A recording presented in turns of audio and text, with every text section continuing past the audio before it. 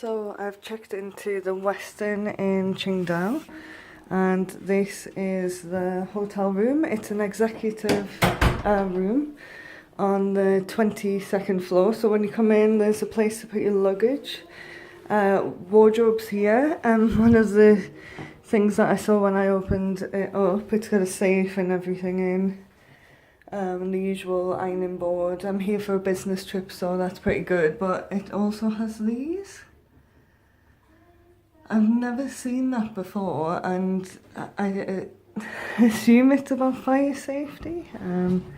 Awesome, but not expected. Tea and coffee facilities, your water, and then down here I think various other bits from like the bar. Oh. And through to like the bedroom, there's two, it's a twin room, so these are like double beds. Really nice, comfortable space, big telly, random drawers, table, like a desk area that I can work at, which is good. Quite a relaxing chair and a really good view outside, so this is looking out into Qingdao. The colours are actually a reflection of our hotel, which is quite nice. So kind of city going on out there.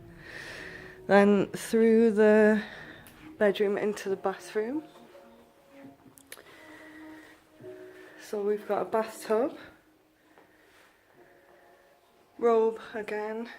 So there's the sink area here, and the different things that it's got. Heavenly, I think, is to do with the spa, so a lot of things have heavenly on it. All of the different things that you would need. I'm looking for a hairdryer. There we go. I always need one of those because my hair does not dry unless I have one.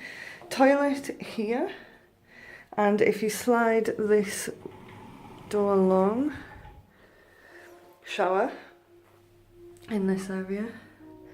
Lovely big shower, so I will definitely be testing that out. And then some more of the products as well.